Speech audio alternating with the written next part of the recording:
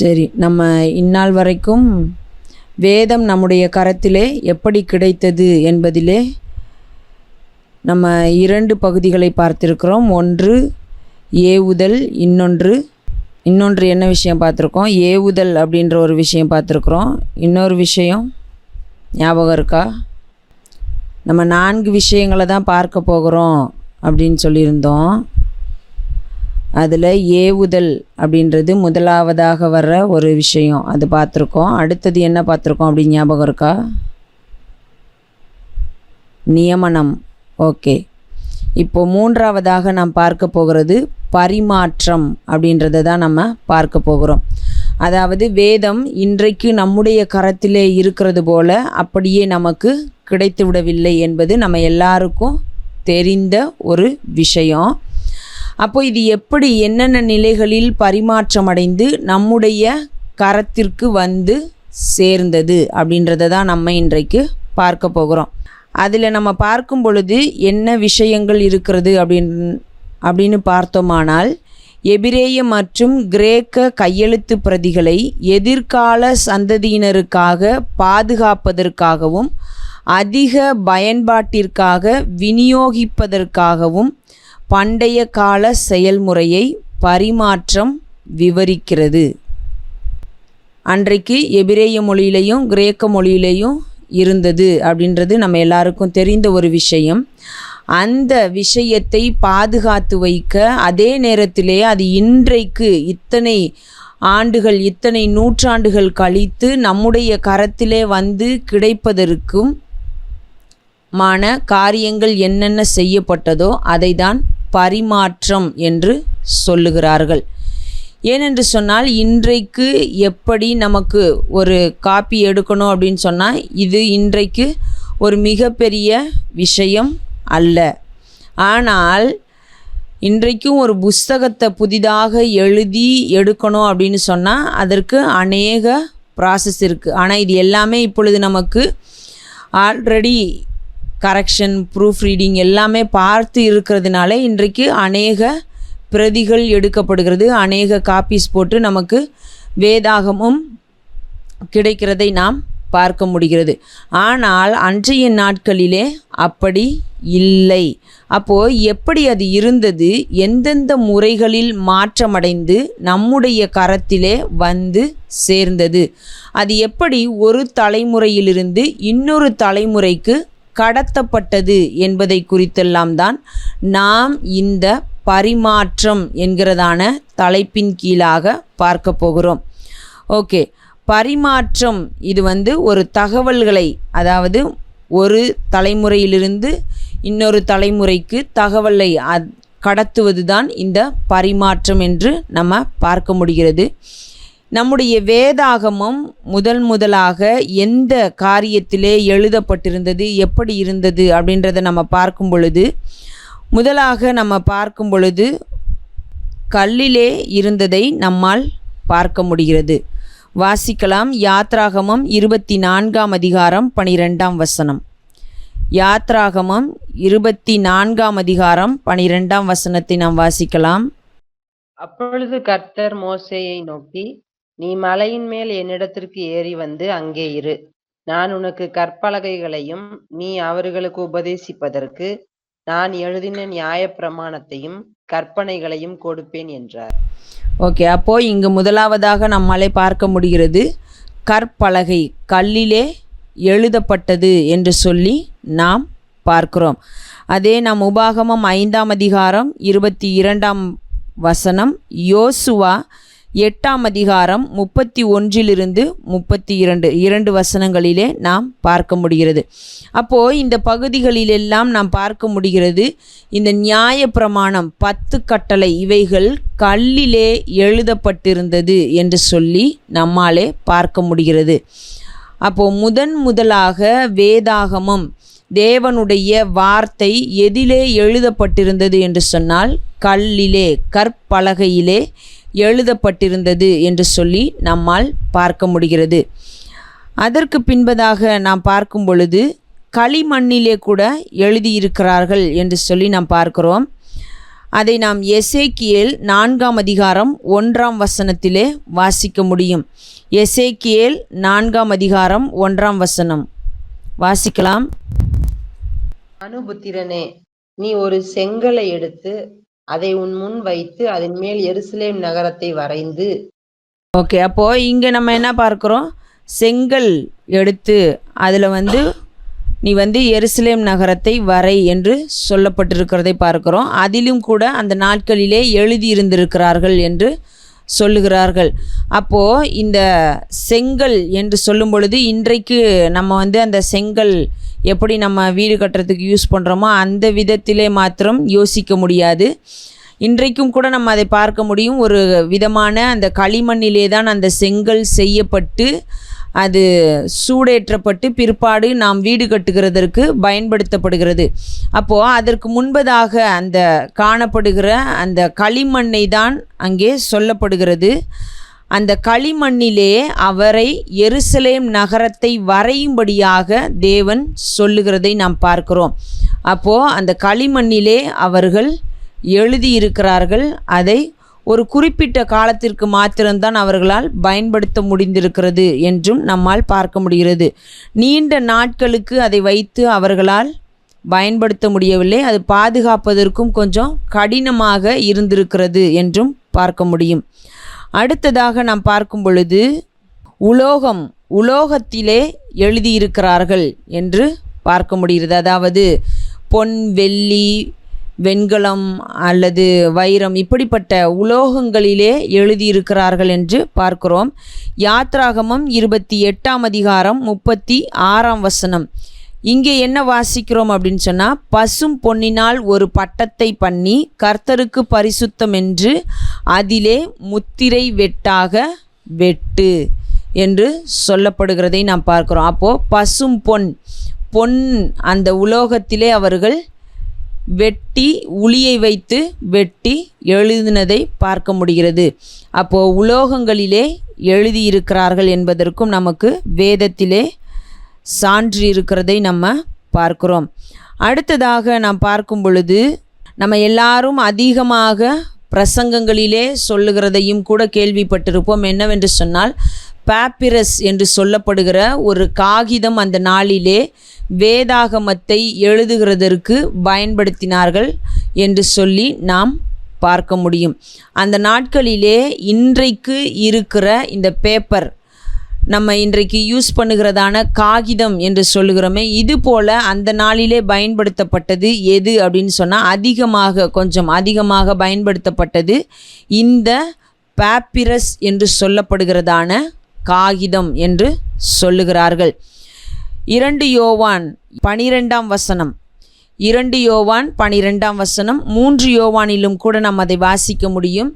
அங்கே அப்போஸ்தலனாகிய யோவான் எழுதும் பொழுது சொல்லுகிறார், நான் உங்களிடத்திலே சொல்லுகிறதற்கு பேசுகிறதற்கு அநேக காரியம் உண்டு, ஆனால் அதையெல்லாம் நான் என்ன பண்ண விரும்பலை, காகிதத்தினாலும் மையினாலும் எழுத விரும்பவில்லை என்று சொல்லுகிறதை நாம் வாசிக்கிறோம்.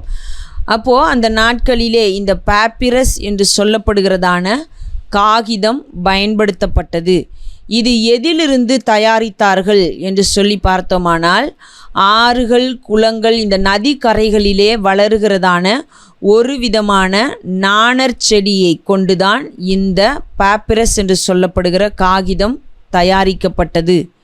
இதை காய வைத்து பதப்படுத்தி அதை சுருள்களாக, புஸ்தக சுருள்களாக அவர்கள் சுருட்டி இந்த காகிதத்தை பயன்படுத்தினார்கள் என்று பார்க்க முடிகிறது.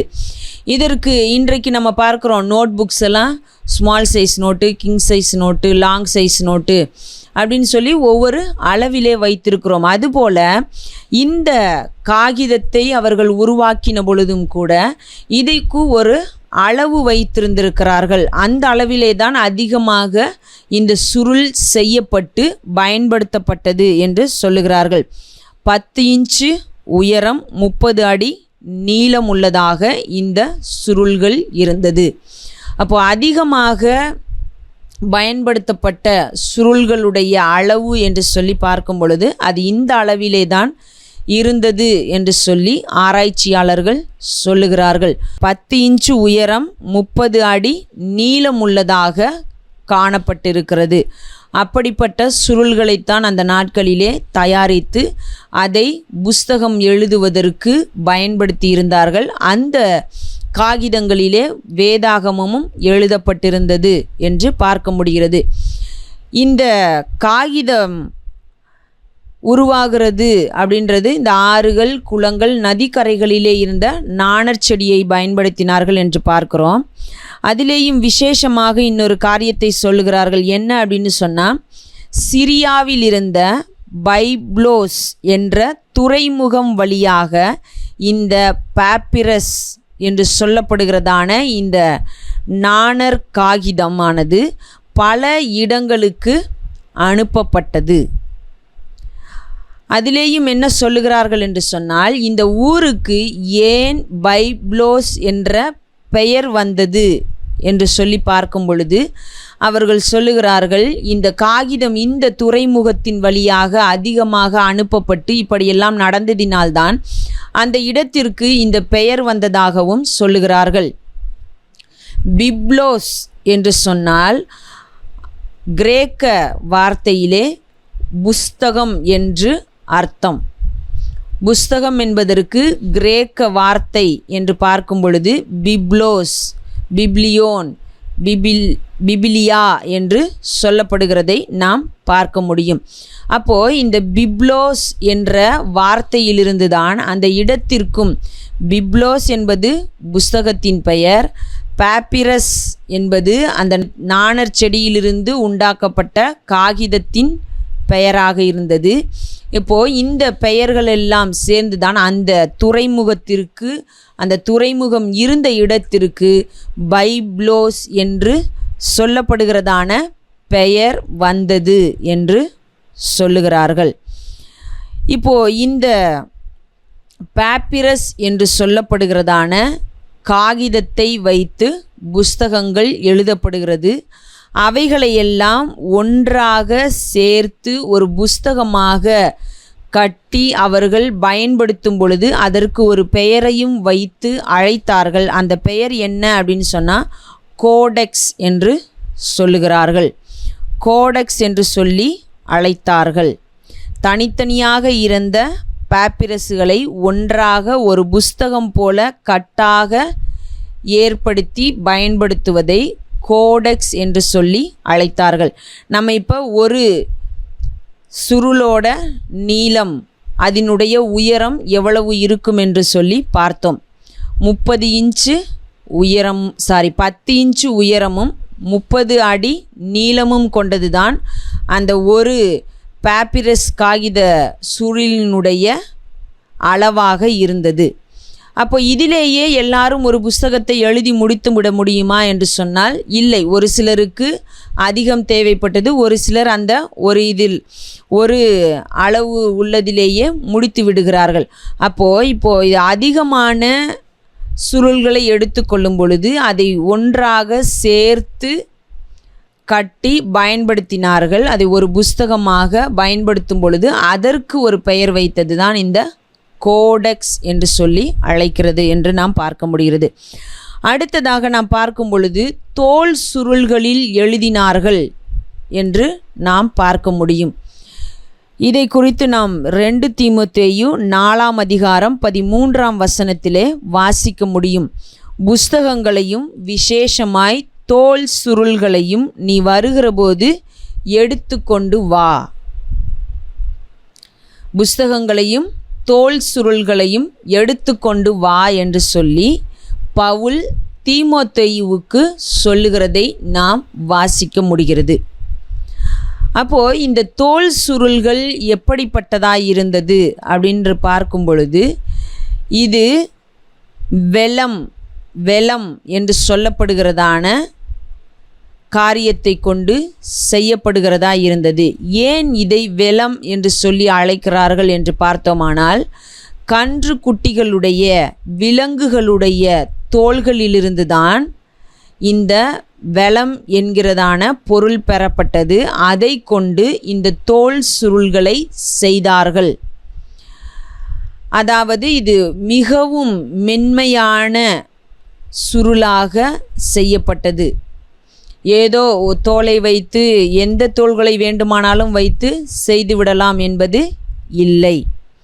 இது மிகவும் உன்னிப்பாக கவனத்தோடு அந்த கன்றுக்குட்டி அல்லது இன்னும் ஒரு சில விலங்குகளுடைய தோள்களை மாத்திரம் எடுத்து அதை பதப்படுத்தி மிகவும் மெல்லியதான ஒரு சுருளாக அவர்கள் மாற்றினார்கள். அதிலே எழுதினார்கள்.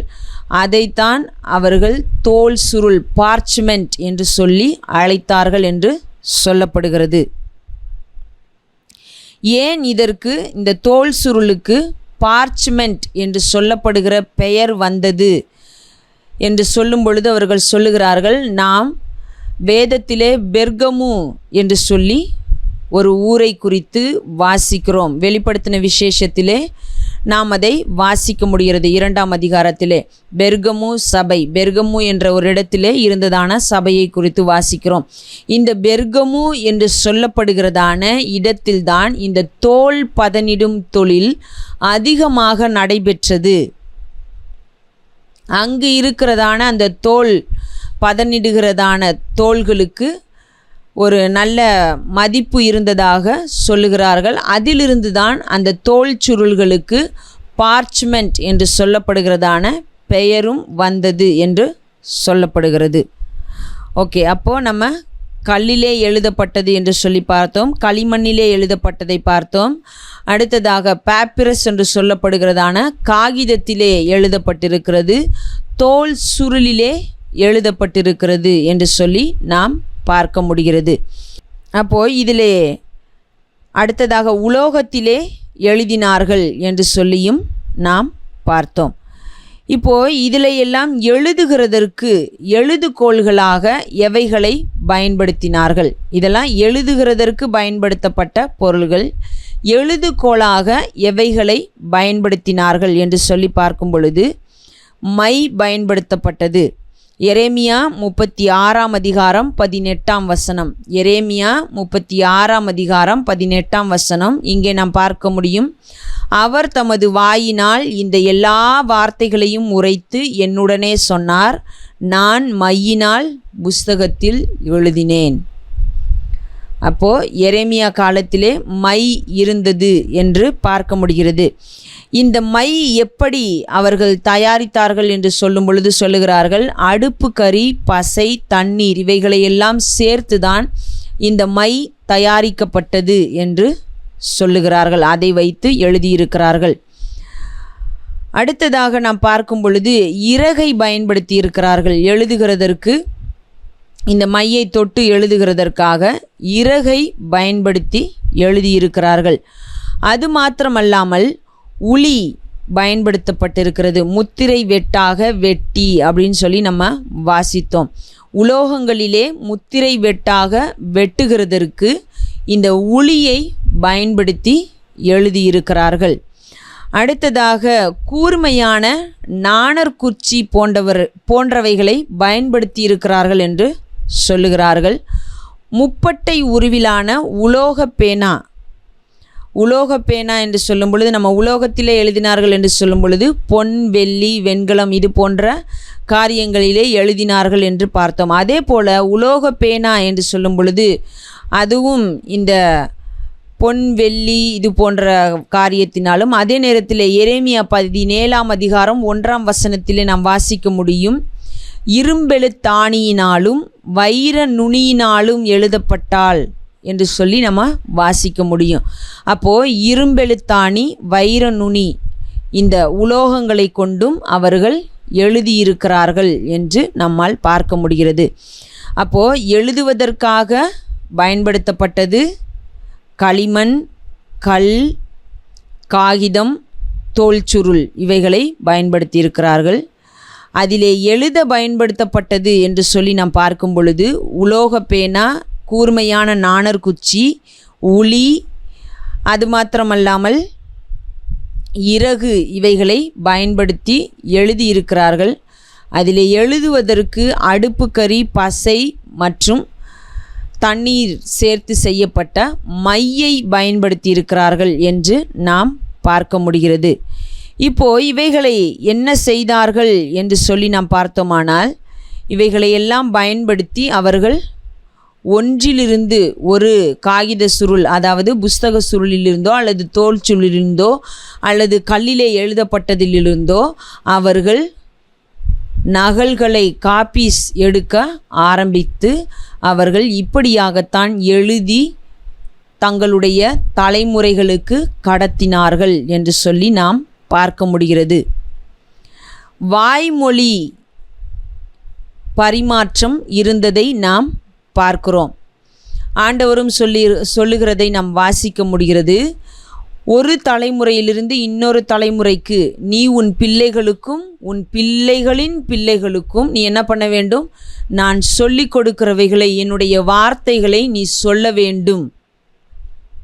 நீ உட்கார்ந்திருக்கும் பொழுதும் எழுந்திருக்கும் பொழுதும் படுத்திருக்கும் பொழுதும் நீ அவைகளை குறித்து பேச வேண்டும் என்று சொல்லுகிறதையெல்லாம் நாம் வேதத்திலே வாசிக்கிறோம். அப்போது வாய்மொழி பரிமாற்றம் இருந்தது. ஆனால் அது எல்லா நேரங்களிலும் எல்லாவற்றையும் சொல்லிக் கொடுக்கக்கூடிய அளவிற்கு இருந்ததா என்று சொன்னால் அது போதுமானதாக இல்லை. ஒரு நபரை குறித்தோ ஏதோ ஒரு சம்பவங்களை குறித்தோ அல்லது ஏதோ ஒரு சில காரியங்களை குறித்தோ அவர்கள் பேசுகிறதற்கு, அவர்கள் வாய்மொழியாக பரிமாற்றம் செய்கிறதற்கு அது ஏதுவாக இருந்தது. ஆனால் தேவனுடைய வார்த்தையை பத்திரப்படுத்துவது என்பது எழுதி வைப்பதின் மூலமாகத்தான் நடந்தது என்பதை நாம் பார்க்க முடிகிறது. அதை எழுதி வைத்து அவர்கள் பாதுகாத்தார்கள். ஆசரிப்பு கூடாரத்திலே தேவனுடைய வார்த்தையை பாதுகாத்து வைத்தார்கள். பின் நாட்களிலே தேவாலயத்திலே தேவனுடைய வார்த்தையை பாதுகாத்து வைக்கிறார்கள் என்றெல்லாம் சொல்லி நாம் பார்க்க முடிகிறது. அப்போது இப்படியெல்லாம் எழுதுகிறார்கள் என்று சொல்லி நாம் பார்க்கிறோம். இப்படி எழுதினவர்கள் தேவனுடைய பெயரை எழுதும் பொழுது அவர்கள் எந்த காரியத்தை கொண்டு எழுதி கொண்டே வருகிறார்களோ, அது உலோக பேனாவோ நாணற்குச்சியோ அல்லது இறகோ, எதை வைத்து எழுதி கொண்டே வருகிறார்களோ அதை அவர்கள் தேவனுடைய பெயரை நாமத்தை எழுதுவதற்கு பயன்படுத்தவில்லை. அப்பொழுது புதிதாக இன்னொரு எழுதுகோலை எடுத்து அவர்கள் எழுதிவிட்டு அதனுடைய முனையை முறித்து போட்டார்கள் என்று ஆராய்ச்சியாளர்கள், வேத அறிஞர்கள் சொல்லுகிறார்கள். இதை யாரும் பார்த்து இப்படி தான் நடந்தது என்று சொல்லி நமக்கு வேதத்தில் எந்த ஒரு அத்தாட்சியும் இல்லை. ஆனால் வேதத்தை ஆராய்ந்தவர்கள், வேதத்தை அந்த தோல் சுருள்களை எல்லாம் பார்த்தவர்கள், அதை குறித்து ஆராய்ச்சி செய்து இது எப்படி வந்தது என்றெல்லாம் சொல்லுகிறவர்கள் சொல்லுகிறார்கள், தேவனுடைய நாமத்தை எழுதும் பொழுது மாத்திரம் அவர்கள் புதிய ஒரு எழுதுகோலை பயன்படுத்தி அதை எழுதிவிட்டு அதை மறுபடியும் பயன்படுத்தாதபடிக்கு நுனியை முறித்து போட்டார்கள் என்று சொல்லப்படுகிறது. ஏனென்று சொன்னால் தேவனுடைய நாமத்தை எழுதும் பொழுது அது சாதாரணமாக இருந்துவிடக்கூடாது என்பதற்காக மிகுந்த கவனத்தோடும் உன்னிப்போடும் அதை எழுதியிருக்கிறார்கள் என்பதற்கு இது ஒரு சாட்சியாக சொல்லுகிறார்கள். அது மட்டுமல்லாமல் இன்னொரு காரியமும் சொல்லப்படுகிறது. என்னவென்று சொன்னால், அவர்கள் தேவனுடைய நாமத்தை எழுதி கொண்டிருக்கும் பொழுது எந்த ஒரு ராஜாவோ வந்து கூட பேசினாலும் அவர்கள் அப்பொழுது பேச மாட்டார்கள். அந்த அளவிற்கு தேவனுடைய நாமத்தை எழுதுவதற்கு மதிப்பும் கனமும் கொடுத்து எழுதினார்கள். மதிப்பும் கனமும் கொடுத்து எழுதினார்கள் என்று சொல்லப்படுகிறது. அப்போது தேவனுடைய நாமத்தை எழுதும் பொழுது அவர்கள் மிகுந்த ஜாக்கிரதையோடு எழுதினார்கள் என்று நாம் பார்க்கிறோம். இப்போ நமக்கு எப்படி அது ஒரு இடத்திலிருந்து இன்னொரு முறைக்கு பரிமாற்றம் அடைந்து நம்முடைய கரத்திற்கு வந்து சேர்வதற்கு அது எப்படியெல்லாம் பரிமாற்றம் அடைந்தது என்று பார்த்தோம். இப்பொழுது தான் அது நமக்கு பிரிண்ட் செய்யப்பட்டு கிடைக்கப்படுகிறது என்பதையும் நம்ம பார்க்க முடிகிறது. அப்போ அந்த நாட்களிலே ஒருவர் எழுதி எடுக்கத்தான் வேண்டியிருந்தது. இன்றைக்கு நாம் எழுதி எடுக்க வேண்டிய அவசியமில்லை. பிரிண்ட் செய்யப்பட்டு நம்முடைய கரத்திலே கிடைக்கிறது என்பதை நாம் பார்க்க முடிகிறது. அடுத்ததாக நம்ம என்ன பண்ண போகிறோம் அப்படின்னு சொன்னால், இப்போது இவைகளிலெல்லாம் எழுதப்பட்டது எப்படியெல்லாம் நகல் எடுத்தார்கள், எப்படியெல்லாம் எழுதி எடுத்தார்கள். இப்போ இதெல்லாம் எழுதி வைத்திருந்தார்கள். இப்போ இதை நகல் இன்னும் அநேக பிரதிகள் எப்படி எடுத்தார்கள், இது அநேகருடைய கரங்களிலே போய் எப்படி சேர்ந்தது. அந்த நாட்களிலே முதலாவது தேவாலயத்தில் மட்டும்தான் இருக்குது. பின்னாட்களிலே ஜெபாலயங்களிலும் கூட வந்தது. தேவாலயம் என்று சொல்லும் பொழுது ஒரே ஒரு தேவாலயம் தான், அங்கே ஒரு பிரதி இருந்தால் போதுமானதாக இருந்தது. அதற்கு பிற்பாடு நம்ம பார்க்குறோம், ராஜாக்கிட்ட ஒன்று இருக்கணும்னு சொல்லி ஆண்டவர் உபாகமத்திலேயே சொல்லி இருக்கிறதை நம்ம வாசிக்க முடிகிறது. அப்படி ராஜாக்களிடத்தில் ஒன்று இருந்தது. இப்படி தான் இருந்ததை ஒழிய மற்றபடி மக்கள் கொஞ்சம் வாசிக்கணும் அப்படின்னு சொன்னால் அவர்கள் இருக்கிற இடங்களிலேயே இருந்து தேவனுடைய வார்த்தையை வாசிக்கவும் முடியாது, அதை வாசிக்கிறத கேட்கவும் முடியாது. அவர்கள் அதற்கு தேவாலயம் இருக்கிற இடத்திற்கு செல்ல வேண்டியதாக இருந்தது என்பதை நாம் பார்க்க முடிகிறது. ஆனால் பின்னாட்களிலே இயேசு கிறிஸ்து இருந்த நாட்களிலே நம்மாலே பார்க்க முடிகிறது, ஜெப ஆலயங்களிலும் கூட தோல் சுருள்கள், புஸ்தக சுருள்கள் இருந்தது. இயேசு கிறிஸ்துவும் கூட போய் அதிலிருந்து வாசித்தார் என்று சொல்லி நம்ம லூக்கா 4ஆம் அதிகாரம் 18-19 வசனங்களிலெல்லாம் வாசிக்கிறோம். அப்போது இன்னும் அதிகமான பிரதிகள் இருந்ததினால்தான். ஏனென்றால் ஜெப ஆலயங்கள் என்பது ஏதோ ஒரே ஒரு இடத்திலே மாத்திரம் இருந்தது அல்ல. அது அநேக ஊர்களிலே, ஏன் ஒரு சில ஊர்களிலே 2-3 ஜெப ஆலயங்கள் கூட இருந்ததாக சொல்லப்படுகிறது. ஆகையினாலே அப்போ ஒவ்வொரு ஜெப ஆலயத்திற்கும் ஒரு பிரதி வேண்டும் என்று சொல்லும் பொழுது அநேக பிரதி எழுதி எடுத்திருக்கிறார்கள் என்று நாம் பார்க்க முடிகிறது. அப்போது யார் அதை எழுதி எடுத்தார்கள், அதை எப்படி எழுதி எடுத்தார்கள் என்று தான் நாம் இப்பொழுது பார்க்க போகிறோம்.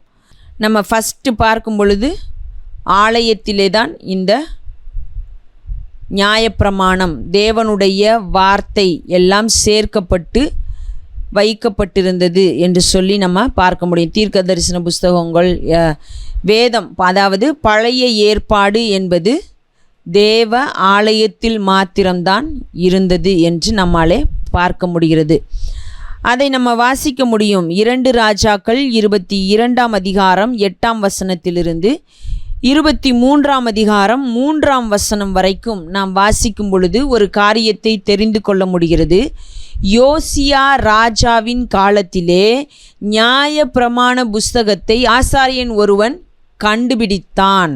அது ராஜாவுக்கு அறிவிக்கப்படுகிறது. பிற்பாடு மக்களுக்காக அது வாசிக்கப்பட்டது என்று சொல்லி நாம் பார்க்கிறோம். அப்போது யோசியா ராஜாவின் காலத்திலே அது கண்டுபிடிக்கப்பட்டது என்று சொன்னால் அது அவருடைய நாட்களுக்கு முன்பாக காணாமற் போயிருக்கிறது. அப்போ யாருடைய நாட்களிலே அது காணாமல் போனது?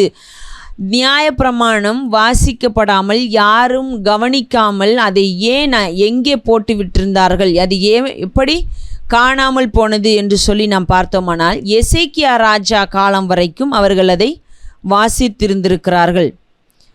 நியாயப்பிரமாண புஸ்தகம், தேவனுடைய வார்த்தை வாசிக்கப்பட்டிருந்திருக்கிறது.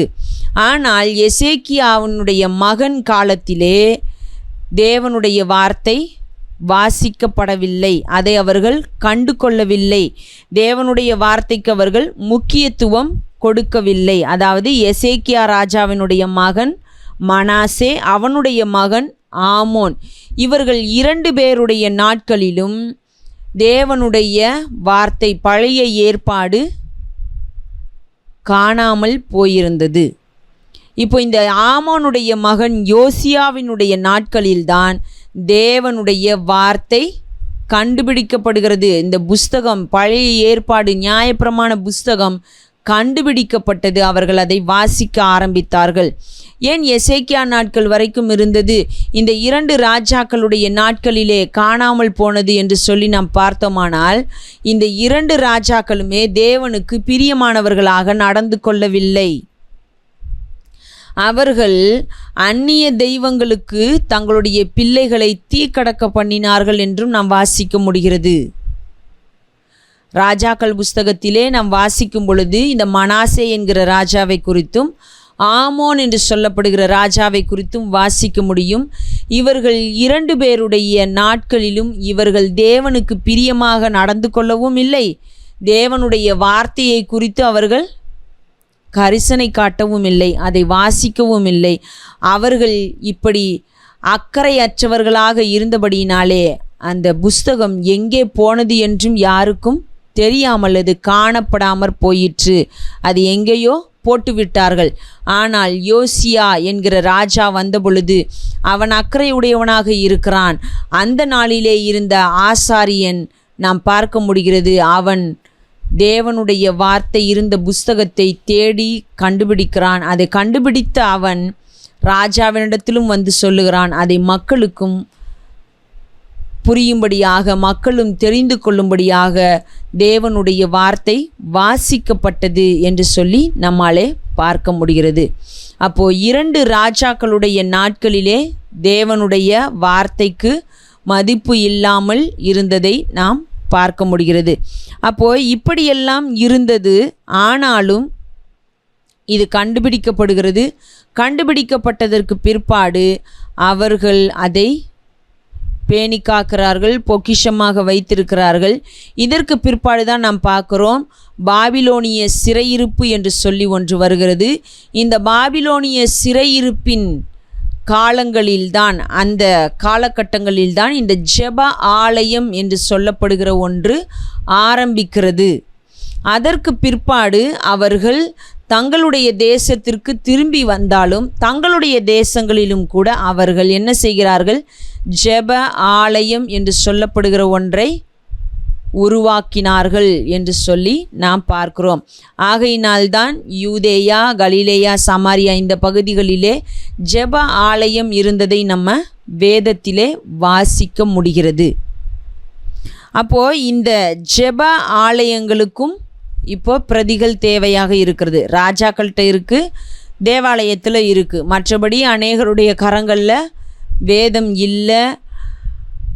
ஈஸியாக அவர்கள் தேவனுடைய வார்த்தையை கேட்க முடியாது. வாய்வழி பரிமாற்றம்தான் அதிகமாக அந்த நாட்களிலே காணப்பட்டது அப்படின்றத நம்ம பார்க்குறோம். அப்போது இந்த வேதத்தினுடைய அவசியம் அதிகமாக இருக்கிறது. இப்போ அநேகருக்கு தேவைப்படுகிறதாக இருக்கிறது. இதனால தான் என்ன செய்தார்கள் அப்படின்னு சொன்னால், தி மெசரட்டுகள் அப்படின்னு சொன்னால்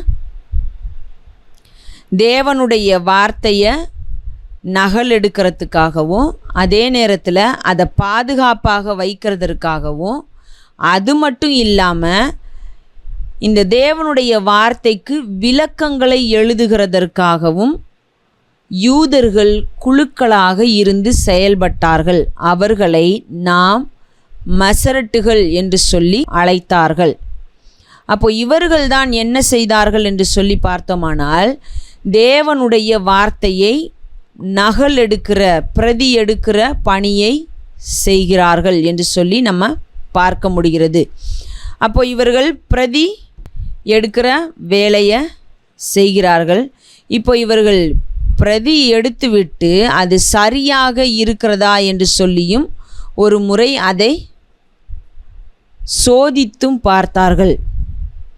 அவர்களுக்கு முன்பாக இருந்த பிரதியை பார்த்து, அவர்களுக்கு முன்பாக இருந்த அந்த சுருள்களை பார்த்து அப்படியே எழுதி எடுக்கிறவர்களாக இவர்கள் காணப்பட்டார்கள். அப்படி எழுதி எடுத்துவிட்டு அது சரியாக இருக்கிறதா என்பதற்காக எத்தனை வார்த்தைகள் இருக்கிறது என்பதை கூட எண்ணி பார்த்திருக்கிறார்கள். அப்படி அதிலே ஏதாவது தவறு இருக்கும் பட்சத்திலே அதை முழுமையாக அந்த பகுதியை அப்படியே ஒதுக்கிவிட்டு அதை எறிந்துவிட்டு அவர்கள் மறுபடியும் புதிதாக எழுதி எடுத்திருக்கிறார்கள். இப்படித்தான் அந்த நாட்களிலே நகல் எடுக்கிற பணியானது செய்யப்பட்டது. அதற்காக அர்ப்பணித்து குழுக்களாக இருந்துதான் இந்த வேலையை செய்திருக்கிறார்கள். யார் வேண்டுமானாலும் அவரவருக்கு வேண்டிய விதத்திலே, இஷ்டப்படும் விதத்திலே எழுதி எடுக்க முடியவில்லை. அவர்கள் குழுக்களாக இருந்து அதற்காக அர்ப்பணிக்கப்பட்டவர்களாயிருந்துதான் இந்த நகல் எடுக்கும் பணியை செய்திருக்கிறார்கள். அவர்களைத்தான் மெசரட்டுகள் என்று சொல்லி அழைத்திருக்கின்றனர் என்று நாம் பார்க்க முடிகிறது. அப்போது இப்பொழுது கூட நம்ம பழைய பிரதிகள் சுருள்கள் இருக்கிறதை பார்க்க முடியும்.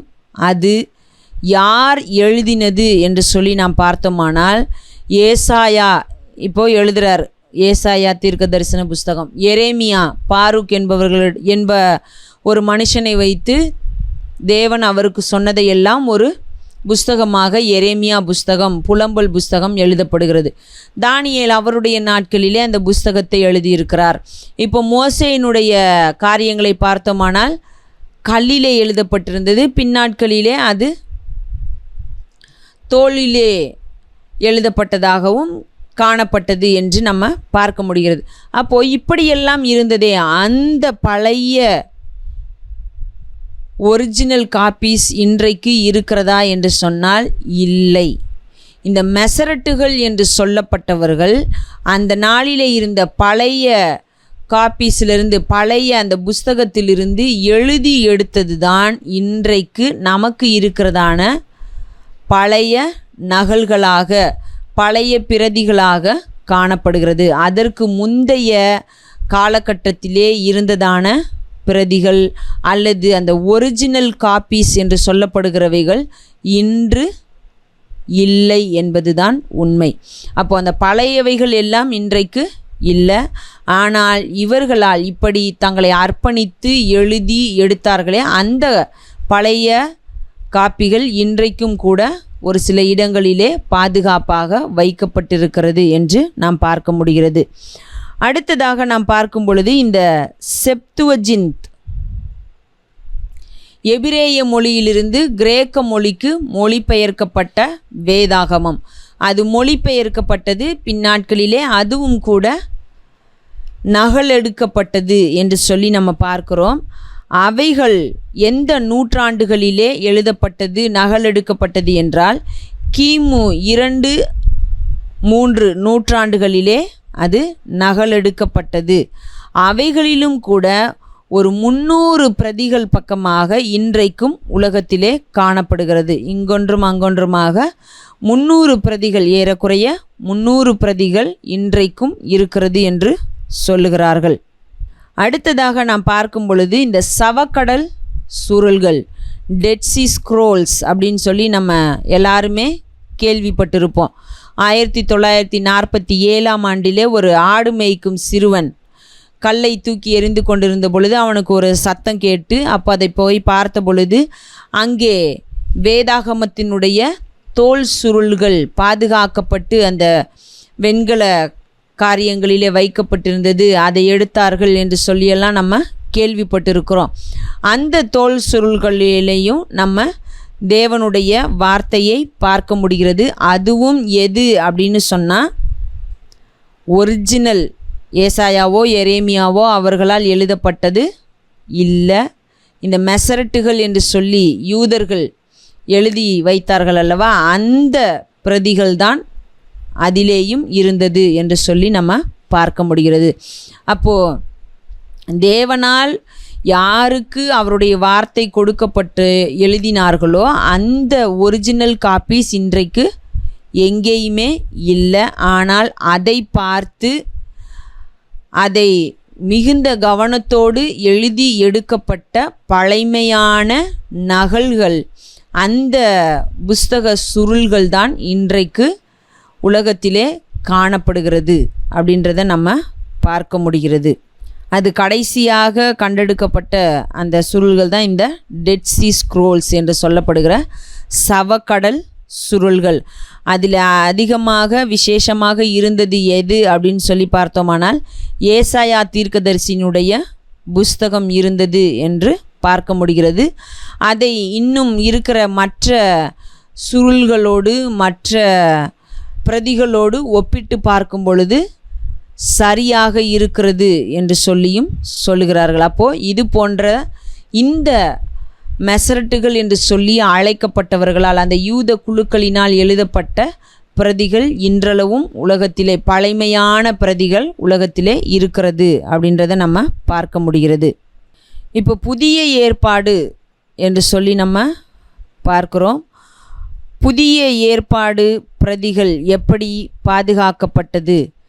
இப்போது கிரேக்க மொழியில் இருந்த புதிய ஏற்பாடு அப்படின்னு சொல்லி நம்ம பார்க்கும் பொழுது, இது புதிய ஏற்பாடு அதிகமாக எழுதப்பட்டது எதிலே அப்படின்னு சொல்லி நம்ம பார்த்தோமானால், இந்த பேப்பிரஸ் என்று சொல்லப்படுகிற அந்த புஸ்தக சுருள் உருவாக்கினார்களே அதிலே தான் எழுதப்பட்டதாக இருந்தது. அதிகமான புதிய ஏற்பாட்டு நூல்கள் அதிலே எழுதப்பட்டதாக காணப்பட்டது.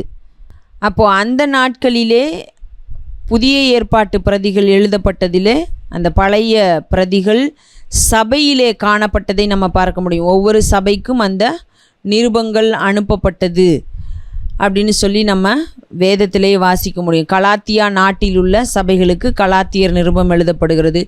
கொரிந்து நாட்டில் இருந்த சபைக்கு கொரிந்தியர் நிருபம் எழுதப்பட்டது. அதே நேரத்திலே இன்னும் இப்போ லூக்கா சுவிசேஷமாக இருக்கட்டும், அப்போஸ்தலர் நடவடிக்கைகளாக இருக்கட்டும், இது ஒரு மனிதனுக்கு மகா கணம் பொருந்திய தெயோப்பிலு என்பவருக்கு எழுதப்பட்டது என்று சொல்லலாம் நாம் வாசிக்கிறோம். அப்போது இவைகளை எல்லாம் அவர்கள் ஒன்று சேர்த்து தான் புதிய ஏற்பாடு எப்படி நியமிக்கப்பட்டது அப்படின்றத நம்ம கடந்த நாட்களில் பார்த்தோம். அப்போது அப்படி நியமிக்கப்பட்ட புதிய ஏற்பாட்டு புஸ்தகங்கள் அவைகள் பாதுகாக்கப்பட்டும் வைக்கப்பட்டது என்று நம்ம பார்க்க முடிகிறது. ஆகையினால இது பெரிய விஷயங்கள், அதாவது அந்த நாளில் இருந்தது போல் ஒரிஜினல் காப்பீஸே இல்லை அப்படின்னு சொல்கிற அளவுக்கு இல்லை. ஆனால் இன்றைக்கும் அதிலே உள்ளதான புதிய ஏற்பாட்டு புஸ்தகங்களை பார்க்கும் பொழுது ஒரிஜினல் காப்பீஸ் இருக்கிறதாக சொல்லுகிறார்கள். ஓகே, அப்போ நம்ம இப்போது பழைய ஏற்பாட்டு வேதாகமம், பழைய ஏற்பாடு யூதர்களிடத்திலே காணப்பட்ட அந்த வேதாகமம் எப்படி பரிமாற்றமடைந்து இன்றைக்கு நம்முடைய கரத்திற்கு வந்திருக்கிறது அப்படின்றத நம்ம பார்க்க முடிகிறது. அதற்கு பிற்பாடு புதிய ஏற்பாட்டு புஸ்தகம் எந்த சுருளிலே எழுதப்பட்டு பாதுகாக்கப்பட்டு வைக்கப்பட்டிருந்தது, இன்றைக்கு அதுவும் எப்படி நம்முடைய கரத்திற்கு வந்திருக்கிறது அப்படின்றத நம்ம பார்க்க முடிகிறது. அப்போது இப்படியெல்லாம் எழுதி அவர்கள் வைத்திருந்து பாதுகாக்கப்பட்டிருந்தது தான் இன்றைக்கு நம்முடைய கரத்திற்கு வந்திருக்கிறது அப்படின்றத நம்ம பார்க்க முடிகிறது. ஓகே, நம்ம இதில் இன்னும் கொஞ்சம் விஷயங்கள் இருக்கிறது, அதை நம்ம தொடர்ந்து அடுத்த வாரம் பார்த்துவிட்டு மொழிபெயர்ப்பு எப்படி செய்யப்பட்டது என்ன அப்படின்ற விஷயங்களையெல்லாம் நம்ம தொடர்ந்து அடுத்த வாரம் பார்க்கலாம். இப்பொழுது ஜெபித்து நாம் முடிக்கலாம். எங்கள் அன்பின் தேவனாகிய கர்த்தாவே, அப்பா, இந்த நாளுக்காக நாங்கள் உமக்கு நன்றி செலுத்துகிறோம். ஆண்டவரே, உம்முடைய வேத வார்த்தைகளை நீர் உம்முடைய பிள்ளைகளுக்கு கொடுத்தீர். அதை அவர்கள் அந்த நாளிலே காணப்பட்ட கற்பலகைகளும் களிமண்ணிலும் அதே நேரத்திலே தோல் சுருள்களிலும் புஸ்தக சுருள்களிலும் எழுதி வைத்திருந்தார்கள். அது பாதுகாப்பாக இருக்கவும் நகல் எடுக்கப்படவும் இன்றைக்கு அது எங்களுடைய கரத்திற்கு வந்து சேரவும் கூட நீர் கிருபை செய்திருக்கிறீர். அதற்காக நாங்கள் உமக்கு நன்றி செலுத்துகிறோம். ஆண்டவரே, தொடர்ந்து எங்களோடு கூட இருங்க, எங்களையும் கூட வழிநடத்துங்க தகப்பனே. அப்பா, நாங்களும் கூட உம்முடைய வேத வார்த்தைகளை எங்களை இருதயமாகிய பலகையிலே எழுதி வைத்து கொள்ளவும் அதின்படி நடக்கவும் அதின்படி நடந்து உம்முடைய நாமத்தை மகிமைப்படுத்துகிறவர்களாய் காணப்படவும் நீர் எங்களுக்கும் உதவி செய்யுங்க. எங்களையும் தாழ்த்துகிறோம், உம்முடைய கரத்தில் அர்ப்பணிக்கிறோம். இன்ப இயேசுவின் நாமத்தில் ஜெபிக்கிறோம் பிதாவே, ஆமேன், ஆமேன். என் ஆத்துமாவே கர்த்தரை ஸ்தோத்திரி, என் முழு உள்ளமே அவருடைய பரிசுத்த நாமத்தை ஸ்தோத்திரி. என் ஆத்துமாவே கர்த்தரை ஸ்தோத்திரி, அவர் செய்த சகல உபகாரங்களையும் மறவாதே. ஆமேன், ஆமேன்.